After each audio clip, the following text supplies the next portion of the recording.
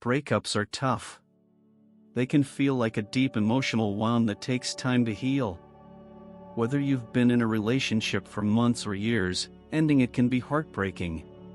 But don't worry. You can heal from a breakup.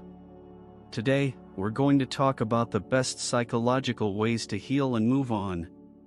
Let's get started. Lesson 1. Acknowledge your emotions. Listen up. When you go through a breakup, you can't just push your feelings aside.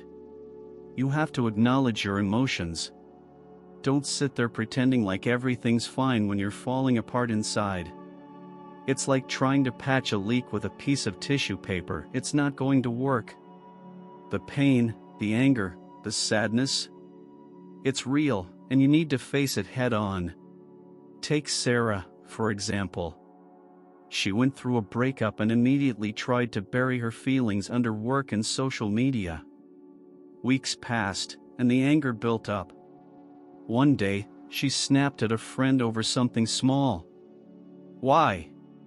Because she never let herself feel the hurt and let it out. You can't avoid your emotions forever. If you don't face them, they'll pile up and explode at the worst possible moment. If you don't acknowledge your emotions, you're just delaying the healing process. You're not strong by holding it in, you're just digging yourself into a deeper hole. Ignoring the pain doesn't make you tougher, it makes you weaker. It will affect your relationships, your work, your happiness, everything. You'll be trapped in a cycle of anger, sadness, and regret. So here's what you need to do. Get a journal, talk to a friend, scream into a pillow if you have to. Let the emotions out. Let them flow. Don't bottle them up. Cry. Shout. Get angry. It's all part of the process. This is how you break free from the chains of your past and start healing. Face it now, or it will haunt you forever. Don't waste time pretending you're fine. Acknowledge your emotions now, or they'll control you later. Simple as that. Lesson 2. Practice self-compassion.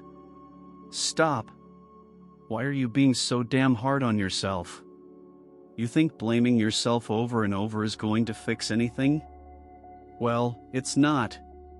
It's time for you to practice some self-compassion, because if you don't, you're going to drown in guilt, shame, and regret. You made mistakes in the relationship. So what? We all do. You're human, not a robot. Look at Tom, he went through a breakup and spent weeks torturing himself over what went wrong. Every single day, he blamed himself for everything. He kept thinking, if I had done this differently, if I hadn't said that. Guess what? It only made him feel worse. He spiraled into depression.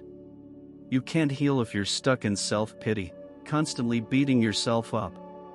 If you don't practice self-compassion, you'll just keep digging the hole deeper. You'll feel unworthy, like you don't deserve happiness or love. You'll carry that burden into the next relationship, and guess what? It'll mess that one up too. You're not going to heal if you're your own worst enemy. So here's your wake-up call. When those negative thoughts pop up, stop them right in their tracks. Look at yourself in the mirror and say, I made mistakes, but I'm allowed to learn and grow. I am enough. Treat yourself with the same kindness you would show a close friend.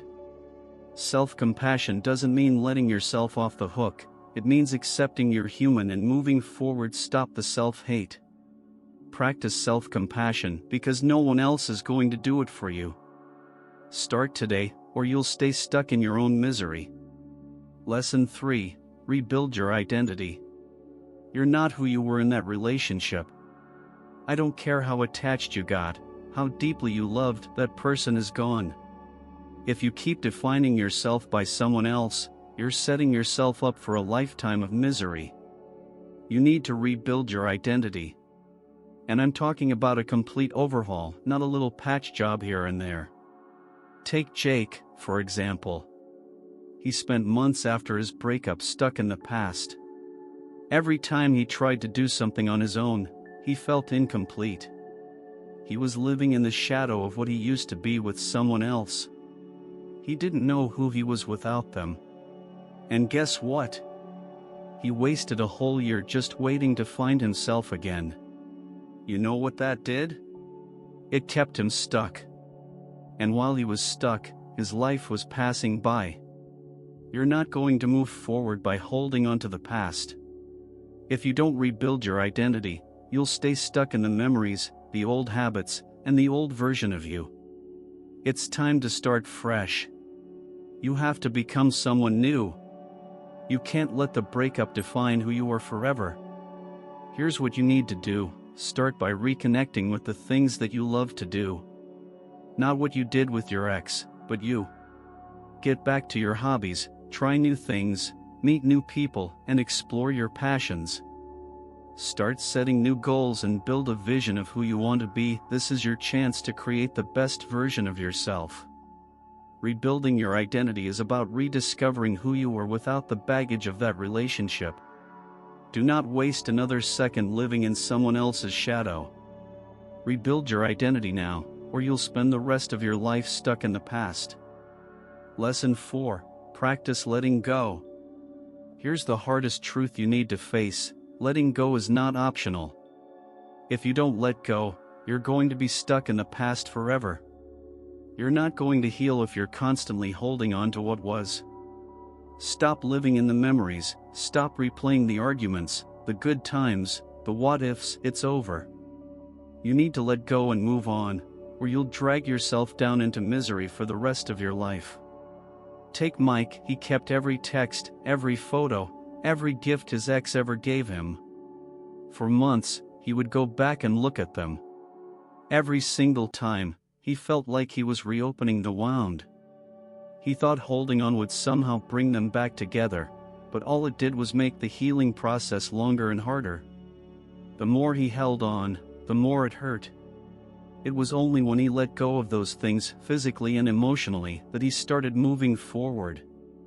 You're not going to heal if you keep holding on to reminders, old messages, or the idea of a relationship that no longer exists. You have to make a choice. Do you want to stay stuck in the past, or do you want to free yourself and start living? Holding on only holds you back. Let go now, or stay chained to a past you can't change. So here's the reality: let go of the past. Unfollow your ex on social media. Delete those texts. Get rid of physical reminders like old gifts or photos. It's not about erasing the relationship, it's about giving yourself the space to heal. Letting go is a sign of strength, not weakness. The moment you do this, you'll feel a weight lifted off your shoulders. It's your freedom. Take it. Let go of what doesn't serve you anymore. Do it today, before it's too late. Lesson 5. Give yourself time to grieve. Stop rushing the process. You didn't fall out of love overnight, so don't expect to get over it overnight either. Grief takes time, and if you try to skip over it, you're just fooling yourself. You're not going to heal if you keep ignoring the grief. You have to give yourself time to grieve. Don't let anyone tell you to move on too quickly. That's bullshit. Look at Karen. She tried to jump straight into dating again because everyone told her to move on. She ignored her grief, jumped from one distraction to the next, and guess what? She ended up emotionally numb. She couldn't fully connect with anyone, and every new relationship just felt like a temporary escape. Her grief wasn't processed, and it haunted her. She wasn't ready to heal, because she didn't let herself feel. You can't skip grief. If you don't let yourself grieve properly, it's like you're building your emotional house on quicksand. Eventually, it'll collapse. You'll keep dragging that unprocessed pain with you into everything you do. Relationships, work, even your own mental health. You'll feel like you're stuck in a hole that just keeps getting deeper. Here's the deal: allow yourself to feel the hurt. Cry if you need to. Take time to reflect, to be alone, to process what's happened. You don't need to be fine all the time. Time to grieve doesn't mean wallowing, it means allowing yourself the space to heal properly. You can't rush through this, and you shouldn't. Take your time, honor your feelings, and when you're ready, you'll emerge stronger, not weaker. Give yourself time to grieve, or you'll carry this pain around forever. It's not weak to grieve, it's necessary. If you found this helpful, don't forget to like and comment below. I'd love to hear your thoughts or any tips you have for healing after a breakup. And of course, subscribe for more content like this. Take care, and remember, healing is a journey, not a race.